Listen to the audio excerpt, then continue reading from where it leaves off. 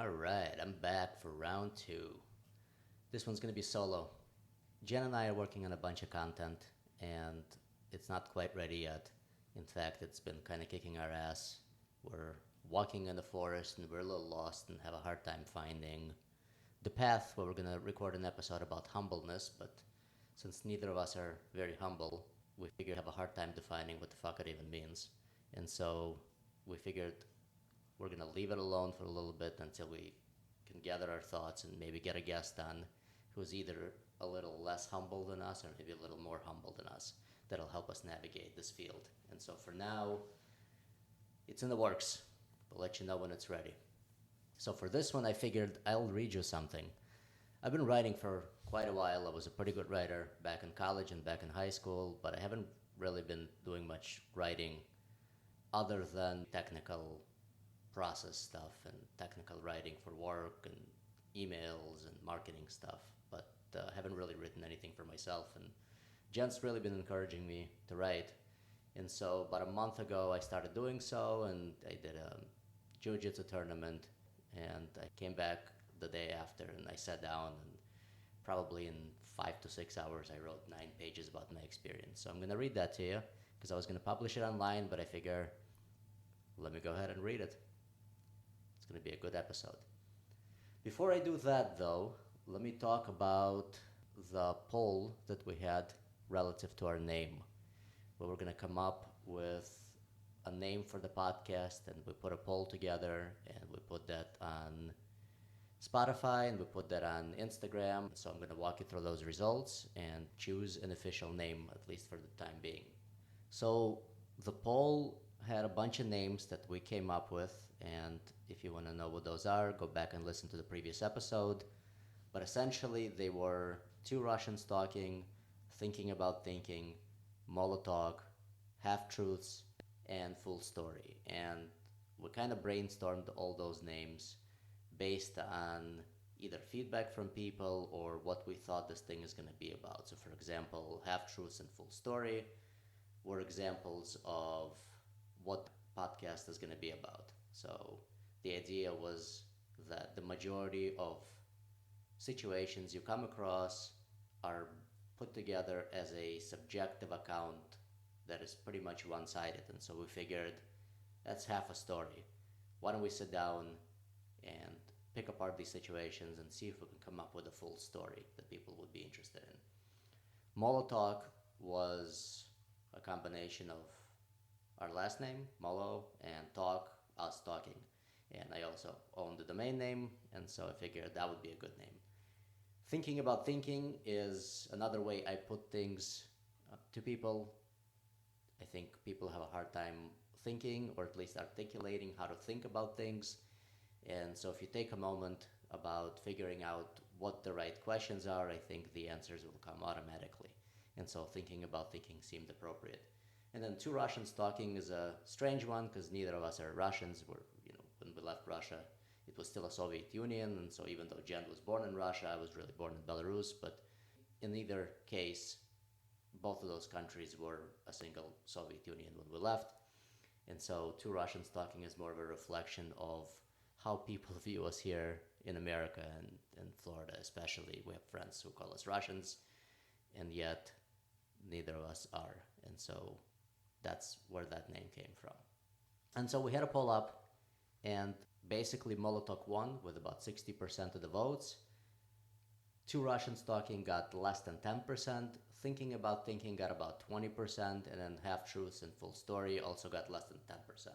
So for the time being, we're calling it Molotov Podcast, and we're moving on with our lives. So with that said, on to the story. This may seem trivial to some, especially those on two sides of the spectrum. Elite competitors and those who live their lives blissfully outside the competitive athletic activities. Let's call them civilians.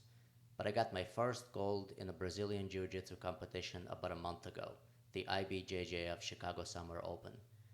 For the record, I'm a 43-year-old, 145-pound hobbyist blue belt with no prior grappling experience.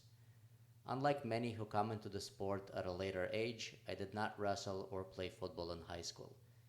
Instead, I played soccer until an old weightlifting back injury caught up with me to the point of what the MRI described as, quote, large left paracentral disc extrusion at L4, L5 into lateral recess, compressing traversing left L5 nerve root, end quote. In short, a bulging disc in the lower back was pressing against my sciatic nerve, causing numbness all the way down my left leg. I could barely walk, let alone play with my kids, and after trying a variety of natural chiropractic interventions, opted in for surgery. Having woken up from surgery later that year, nauseous from anesthesia, but virtually pain-free, I felt I was giving another chance at life.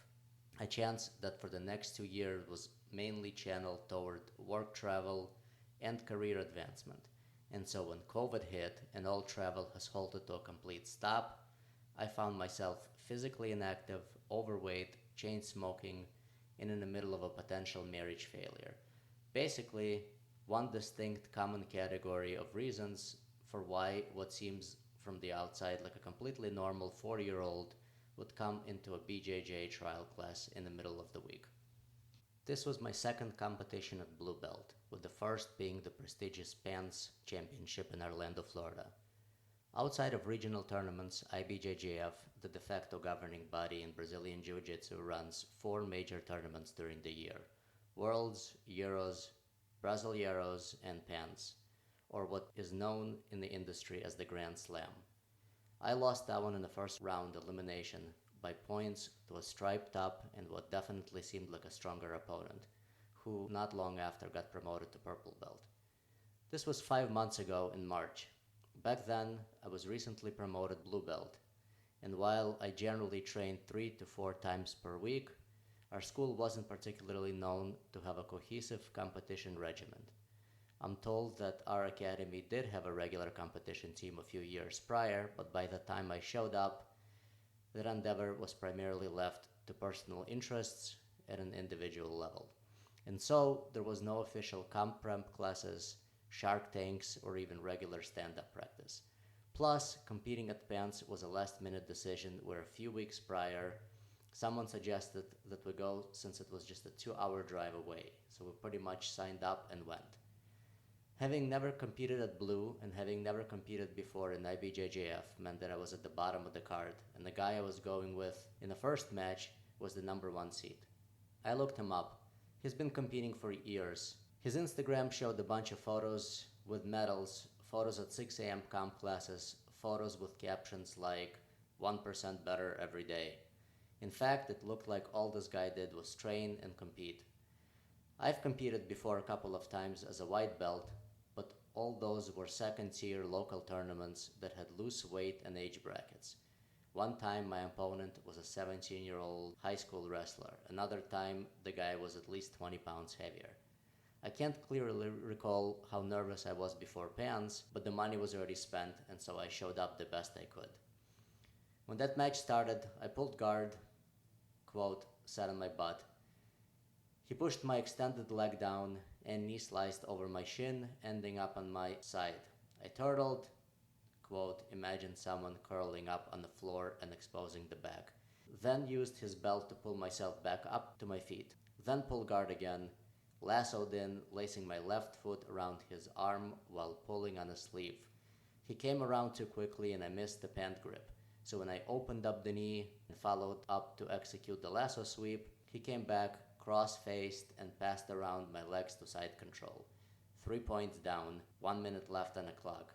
I lost that match by points, like all the previous competitions. Never by submission, but also never a win. Being on a smaller side and living in Florida, where your average training partner is at least 60 pounds heavier, I have developed a solid defensive system to deal with the weight and pressure I generally receive on the mats. Some have even jokingly remarked about my unbreakable turtle. But while the defensive foundation has given me the ability to survive, it has kept me way too comfortable being on a passive bottom. No relation to anything homosexual. Not that there's anything wrong with that. Getting stuck under large opponents and never really developing the active top game needed to win competitions. After reflecting on the PANS loss, I realized that my jiu-jitsu game has pretty much mirrored my demeanor in life. way too risk averse and overly conservative. Something had to change. Since losing that match, I have obsessed about my top game. I switched from playing guard to passing. I stopped accepting sweeps. I opened up the turtle. All the focus shifted from not being submitted to transitioning from the bottom to the top via pressure forward, decisive execution, and dictating the momentum. It was still a blue belt game, but the priority was no longer just survival. IBJJF Summer Open is the second Chicago Open of the year, with the previous one being in spring. I was planning to sign up for that one too, but by the time I made the decision to do it, it was already full and registration was closed. And so as soon as the summer registration opened, I signed up. Up until a couple of weeks out, I was the only one in my division, Masters 3 Blue Feather. But then an opponent appeared. I'm generally not an overthinker, but for at least a week leading up to the tournament, the upcoming match was in my mind every day. I thought about it at work, I thought about it at training, I thought about it in bed before falling asleep. I wasn't showing it, but the perceived weight of that match was totally consuming me. The day before the competition, I screenshotted the bracket and posted it on my Instagram stories. The caption read, quote, "Tomorrow." About an hour later, I received a DM. It was from an acquaintance, a guy I met at a leg locking seminar a year or so back. The message read, quote, "I think I know your opponent. You got this, bro." Apparently, they used to train together, and while I only met the guy once, allegedly that one roll at the end of the seminar we had was memorable enough that he thought I was better. Or perhaps he wanted to be nice, even though there wasn't really an incentive to do so. Either way, the night I slept like a baby, which is an odd comparison because babies rarely sleep throughout the night. It's weird how a random conversation with a stranger can have an impact. After all, my wife has been telling me for days that I was going to do well and win, and while I appreciate her moral support, perhaps I subconsciously felt like she was too close to the team to offer any rational constructive feedback. She's definitely someone whose input I trust, but after all, it's not like she knew my game. I'm gonna pause here and go off script for a little bit. After I read the story to my wife, she got upset. She's like, "Look, man, I've been telling you that you're gonna do well for weeks now. I've been here and I've been supportive, and you didn't take any of that as something that should calm you down, but you took some random guy's advice that sent you a DM. It's like, what the hell?"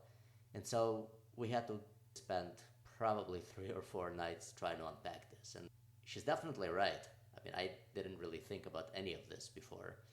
In fact, I think I might write the same story from my wife's perspective in the future. Okay, back to the script. On the day of the match, I woke up content. Packed 2 gis into my Fuji duffel and grabbed 2 boiled eggs from the continental breakfast bar at the hotel. The bar was packed with people, but I barely noticed the commotion. I drove to the office for a shot of Nespresso and to refill my water bottle. Then jumped on a highway and drove out to the sports complex. With all the traveling I've been doing last October, I've been feeling like a jiu-jitsu nomad, bouncing from place to place, training on the road. Supremacy BJJ in Largo, Florida was home. That's where all the friends were, and that's where I got my promotions. I came to Supremacy as a 4-stripe white belt in August of 2021 when we moved the family to Florida from Chicago's north suburbs. It was there that I started my jiu-jitsu journey during COVID by walking into Black Tiger MMA in Libertyville, Illinois. While the academy stayed open during the lockdown, training sessions were modified into student with instructor one-on-one mini drills, majority of which consisted of body position for muscle memory and stretching. At the time, it was more gift than curse, as I could barely forward roll correctly, let alone reach my toes. Weeks passed, then months. The philosophy here was, you show up, you progress. I have earned my 4 stripes in a year of 3 days a week training and felt pretty good at my level, until I landed in Florida. Out here, I was getting destroyed. The majority of my jiu-jitsu training at Black Tiger was in conjunction with Muay Thai, with focus on self-defense and mixed martial arts. We would often put on gloves and drill closed guard with the punches. At Supremacy, it was pretty much all sports jiu-jitsu. It was way more technical, leg entries, inversions, lapel game. In fact, I've never seen a guard pull until I came to Supremacy. I was used to standing, to takedowns, to double underpass, and so when people just sat on their butt, I wasn't sure how to approach. It took about 3 to 6 months for me to start feeling comfortable with my 4 stripes in that school. In another year, a broken pinky, split shoulder, bruised rib, and a few black eyes, all of which were my fault apparently. Quote, just let go next time. To reach the promotion of blue belt. During that time, 90% of skill development was defensive. I've always traveled for work, going to various trade shows and events all over the country. And whenever I went somewhere, I always took the gi. I didn't like skipping training, and besides, I was already too addicted to admit it. And I certainly liked the feeling of dropping into some new place and rolling with people I've never rolled with before. It was sort of a simulation of competition, but less intense. You show up, say your name, say nice to meet you, slap hands, and start rolling. Even though it was all the same jiu-jitsu, each school had its own methods, process, and pace. During the years, I've had the pleasure and privilege of training at several different academies all over the country. Some of the most memorable ones were Labor Day Jiu-Jitsu in Nashville, Attore Jiu-Jitsu in LA, and Zenith by Robert Drysdale in Vegas, just to name a few. In fact, I remember dropping in at Sergio Pena BJJ in Las Vegas as a white belt 3 years ago. It was an odd Asian-themed strip mall next to some Chinese restaurant and kung fu place. They were teaching leg drags that day, which I didn't even fully understand or appreciate at the time. And I recently remember the drop in and went to Google Sergio Pena. The guy is a coral belt, one of the 40 in the world. Anyways, when my schedule changed last year and I had to be back in Chicago regularly, I desperately searched for a permanent spot I could train at. I was in Chicago Tuesday through Friday and back in Florida Saturday through Monday. The first choice was to go back to my old MMA gym. I have stopped by a few times before since moving to Florida, but the results were mixed. They only had classes on Tuesday and Thursday, and jiu-jitsu training was still mixed with other combat sports. And by that time, I had exclusively switched to sports jiu-jitsu, which had surpassed the traditional fundamentals that were taught there. I liked the few black belt instructors, but the place lacked a variety of skill training partners. Plus, I needed to find a second place that filled the other days of the week. My son had trained judo in the area for a few years, so I gave that a try for a couple of weeks. Coen Brothers was an Olympic-level school with great instructors and excellent talent, but I needed more ground game.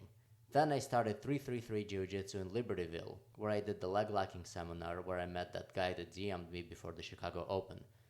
333 was a newer academy, recently started by Edward, a solid brown belt from another school nearby. Edward was a great instructor, but because the place was new, the classes were mainly populated by white and blue belts, and so the role diversity just wasn't there. Then a friend I've been telling to start jiu-jitsu for years invited me to a school he started training at. It was an add-on location to LCCT, a known place ran by Luis Claudio, a 5th degree black belt under Rickson Gracie, that frequently cornered MMA fighters in the octagon like Juliana Pena and Yair Rodriguez. When that location closed and my friend relocated to another school ran by one of the other LCCT students, Donnie, I started going there whenever I could. What was crazy is that Donnie had been to Supremacy before and knew the professor. I liked Donnie, but again, being the new school, the place also lacked higher belt diversity I was seeking, plus it was an hour away. Occasionally, when I would stay the weekends in Chicago, I would go to New Breed Training Center in Niles for open mat. They had a gorgeous open mat every Saturday morning that was open to other school, and so on any given Sunday you could see 80 to 100 people showing up. Different body types, belt rings, and grappling style. New Breed has been around for years, but I came across it randomly. An acquaintance from high school was a brown belt there, and while we haven't kept in touch over the years, we were Facebook friends, and I remember the day before I ever walked into a jiu-jitsu gym, seeing him post videos from competition and thinking how crazy it was that someone in their late 30s would be putting on a robe and doing wrestling. As a white belt, I've messaged him a few times to see if I could drop in, but the time never worked out due to my travel schedule.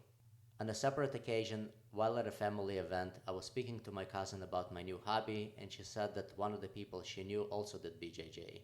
She made a connection on Facebook, and her friend turned out to be one of the black belts at New Breed. The day following the introduction, I dropped in for an open mat. About 6 months into my regular traveling to Chicago and being frustrated with going to 3 different places during the week, I decided to give New Breed a try. And so I came in for a competition training class on Tuesday night.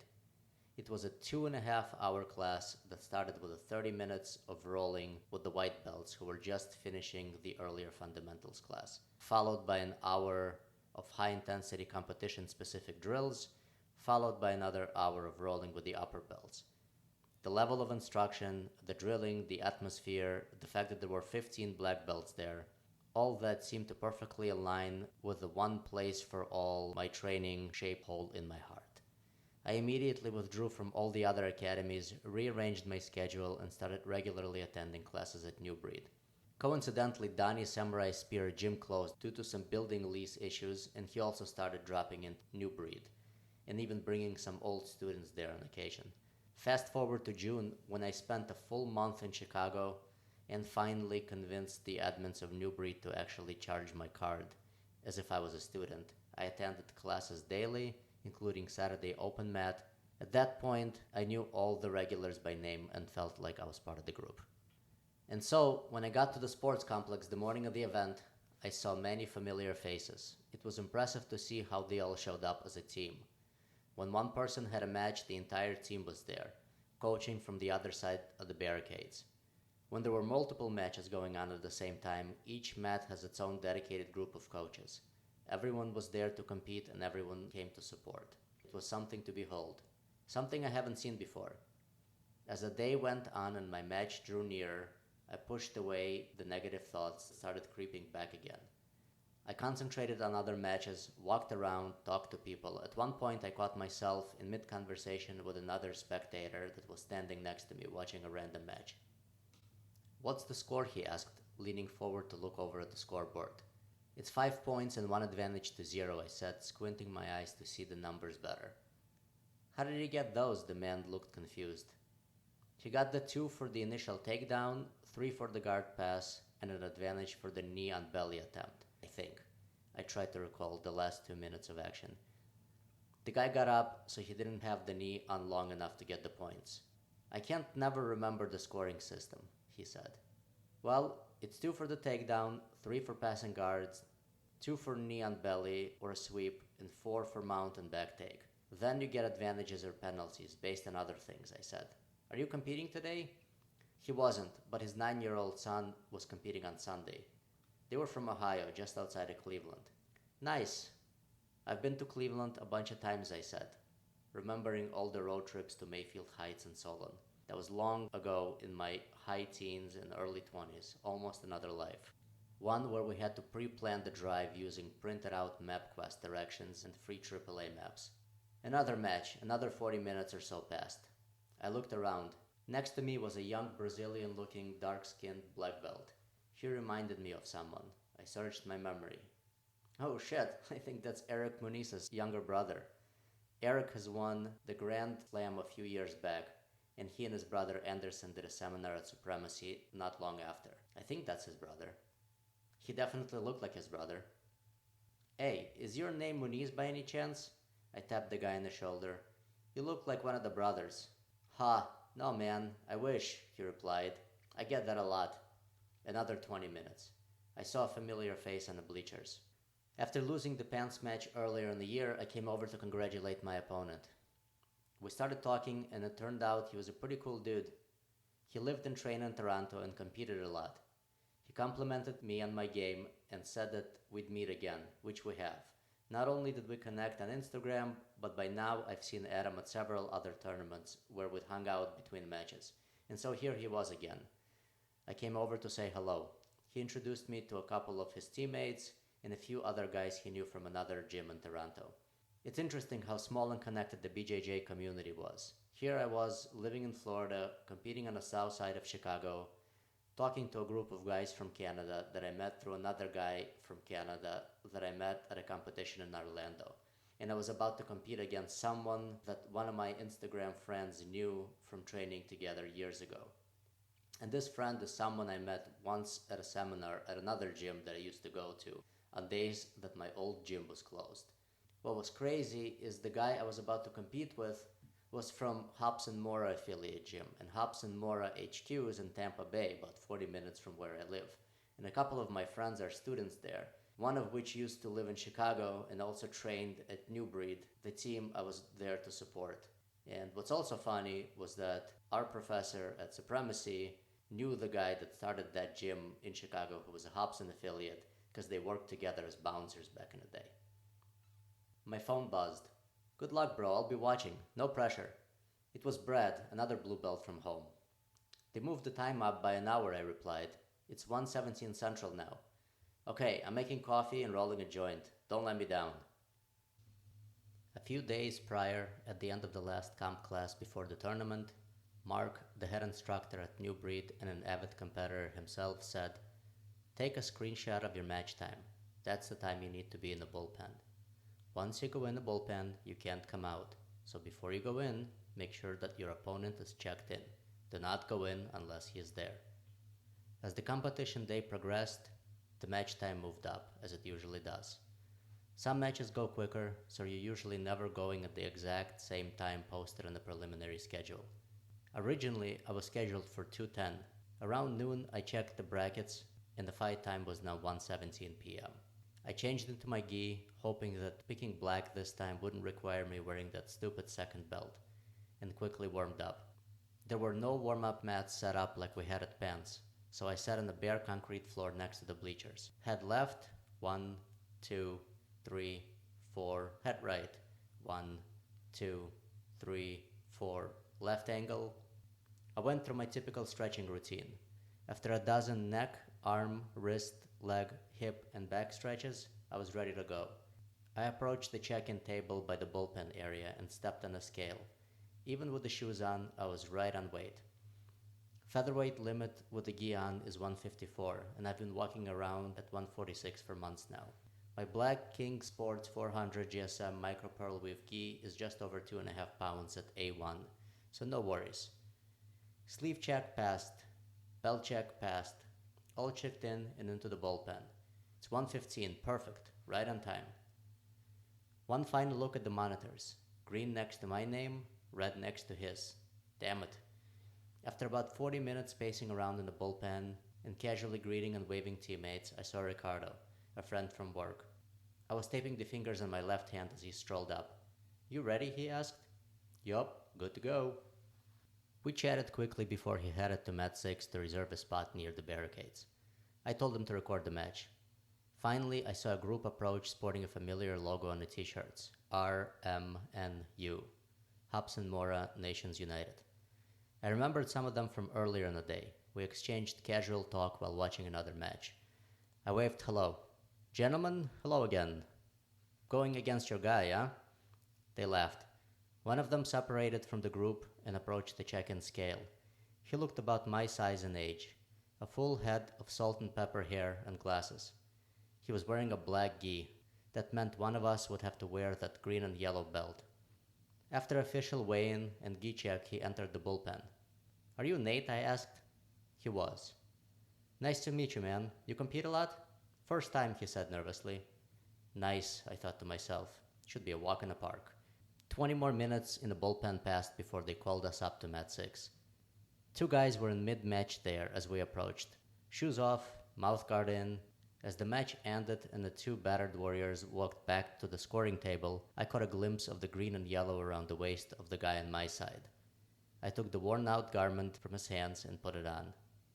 Like the air traffic control ground crew waving a 737 into the gate, the ref monitored us to the center of the mat. I shook his hand and told him my name. Nate did the same. Fist bump, os, time in. While competing at white belt, I have always attempted to execute a takedown, but the few times I've competed, I found myself spending the entirety of the match standing up while failing to find a way to cover the space to get close enough for a trip or a judo-style throw. Having no wrestling experience, I avoided the whole single or double leg shooting, and much preferred the outer reap, as I learned it in my original MMA academy and the few judo classes I've taken in the past. The problem with the outer reap, as well as any other hip toss, is that you need to close the distance and bring the opponent or yourself in, and in jiu-jitsu, at least in my prior experience, and at the white belt level, It was pretty impossible to do, as the opponent would typically stiff arm your collar to prevent you from moving closer. And so, in all the previous matches, I would spend 4 out of the 5 minutes trying to close the distance, then making some mistake that would put me on the bottom with not enough time to recover and thus lose by points. And so I avoided this problem, and to try to actually practice my jiu-jitsu, I made up my mind that I would instead pull guard and work from the bottom, which is exactly what I did at Pans. Despite losing the match, I actually felt good about the pull, and so the plan now was to do the same. As the match started, I found it pretty easy to establish my same side collar grip. Surprisingly, Nate went to work just as quickly. As I got my collar grip, he followed up with a few trip attempts. They were decent, but his timing was off. By the time he stuck his foot out, my weight had already shifted and I was able to easily step over it. He reached across for my collar, but I regripped his sleeve, stepped to the side, threw my right foot on his hip, and pulled guard. It was not as clean of a pull as I had done at Pants. He brought his knee up, which prevented me from lassoing in. Couple of attempts to lasso, failure. Abandoning the lasso, I pulled the leg back into a technical stand-up while still being attached to the collar and sleeve, and brought myself up. He didn't see that coming and staggered back. That was exactly what I needed. I stepped forward to close the distance and hit the side of his shin with my foot, while steering his body in the opposite direction. He went down on the yellow edge of the mat. "Ay!" echoed from the sidelines on the other side of the barricades. He tried to pop up, but I had his leg lifted, pulling on it, desperately trying to keep him in bounds. "Paro!" the ref yelled, gesturing with both arms and swinging them shoulder height outward, pausing the match to reset us back in the center of the mat. 2 points for the takedown on the board. Os. We reset in the same my arm on his leg position. Before I could establish any grips, Nate shot up. Grip fighting again. The first one was easy, same side collar again. The sleeve was also there. That grip was not as deep as we've practiced in training weeks before. Ideally, you want to take the time to make a nice deep cuff to protect the fingers, as my friend Andy put it. But at this point, I take what I could get. This guy was wiry AF. He just wouldn't stop moving for a second. First competition, definitely pumping with adrenaline. Foot on the hip, another guard pull. This one better, and he stretched out. I lassoed in, throwing both legs on the lasso side. I opened up the passing lane on the right, let go of the collar, and got a pan grip. He moved, he stopped. I've been down this road before. This was the same exact sweep I missed at Pans, resulting in giving up side control and ultimately losing the match by points. I abandoned and brought my right foot back to his hip. He blocked it, and I ended up with a butterfly hook and a cross-collar sleeve grip. Okay, not bad. As I framed the collar forearm into his neck, he dug his chin in. He was too focused on his chin digging and didn't notice both of his knees dropping to the floor. But I did. I went for the scissor sweep, ending up on top. He kicked me away and quickly got up. No points, but I'll take an advantage. My belt was off and my gi was wide open. "Paro!" the ref was gesturing me to retie the belt. I did so as slow as I reasonably could. My grips were burning. 2 minutes, 30 seconds on the clock. Fight. I got grips on his gi and quickly pulled guard again, hoping for another leg clearance to close it. One of my legs was caught in his gi and he moved around it to the side. I turned stomach down and turtled, my specialty. "Nice, exactly what we've been doing. Let's go, we need points," I could hear his coach screaming from the side. Nate was slithering around my head. "What have we done these past 2 weeks?" I heard from the sidelines. I grabbed his wrist with both of my hands and popped up to my feet. Probably not this, I thought to myself as I regained posture. No points. Minute 40. I pulled again, this time into half guard, knee shield. He got up and I hip switched and placed both feet on his hips with double sleeve control. Perfect. Closed guard, here I come. I pulled the lapel over the back. Nate jumped up. I opened up my legs and grabbed both of his ankles, bringing my hips into the sweep attempt. He dropped back down into closed guard. 30 seconds. I pulled him in deeper while walking my legs higher up his back, breaking down his posture even further. He struggled. We both glanced at the clock. 9 seconds. 8. 7. I caught his eyes. Nate was shaking his head, recognizing defeat. Say what you will about Nate, but that was a rough fight. My forearms were on fire. I slowly put on and tied my shoes. I could barely pull the laces, settling with lopsided, uneven loops that dangled lazily down the side of my light blue Adidas. Unsure if my jiu-jitsu was better or perhaps I just brought more confidence. I walked past the mats to the spectating area and saw Nate and his team there, probably discussing the match and talking about adjustments for the future. "Thank you, Nate. You did well," I said quietly, shaking everyone's hand. I approached the metal table and handed the girl my ID. She turned and said something to the second girl in Portuguese, who picked up 2 medals from the nearby table and motioned me and Nate over to the podium. The view from the middle one box was breathtaking. You could even feel a light breeze. A few photos, some handshakes. I felt a sigh of relief. It was over. The burning in the forearms had subsided, but the lower back was tingling unpleasantly. I walked over to the bleachers where I left my Fuji bag, pulled out 2 Advils, and gulped them down with some water. The phone notification buzzed, alerting me of an incoming message. "Did you win already?" It was from Jen. I removed my gi jacket, picked up the medal, and took a selfie. "I had no doubt," she replied. "Come here and get your prize, baby." Ricardo walked over. "I sent you the video on WhatsApp," he announced. "You did great." "Thanks, man. He just wouldn't stay down. We gotta get you competing next," I replied.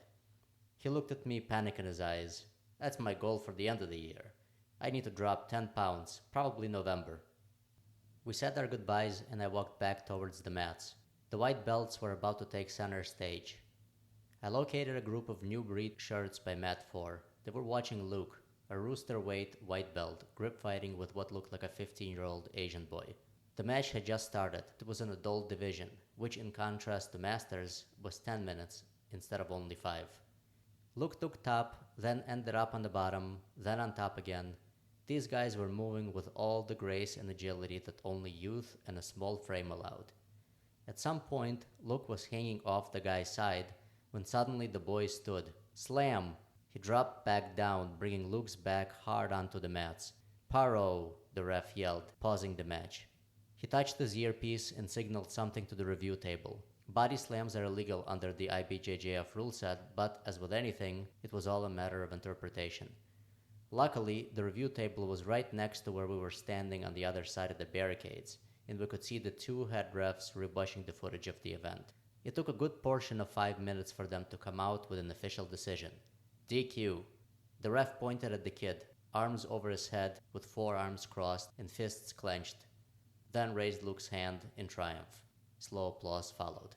I was hungry. My only meal was only those 2 boiled eggs in the morning. I walked over to the cafeteria and got myself a slice of pepperoni pizza. It was a sports venue quality, but it filled the void. It was almost 7 p.m. All the prior events of the day were blurring together. The conversation with the Canadian guys I met about the location of the sports complex and how it was a less dangerous area than the location of the Spring Open. The casual talk about crime rates and politics in Canada. Watching one of our guys lose a brown belt open class match where the ref kept arbitrarily awarding points to the opponent. The sea of faces, academy logos, and gi brands. Imposter syndrome was creeping in. I got the gold, but it was only a single match. Here were all these other athletes that were winning 2, 3, and sometimes 4 matches just to get to the podium. Did I really deserve it? Was it any good? It was time to go. As I walked out the double doors and onto the street, I headed to the parking lot. The sun was still high in the sky. It was a beautiful August Saturday.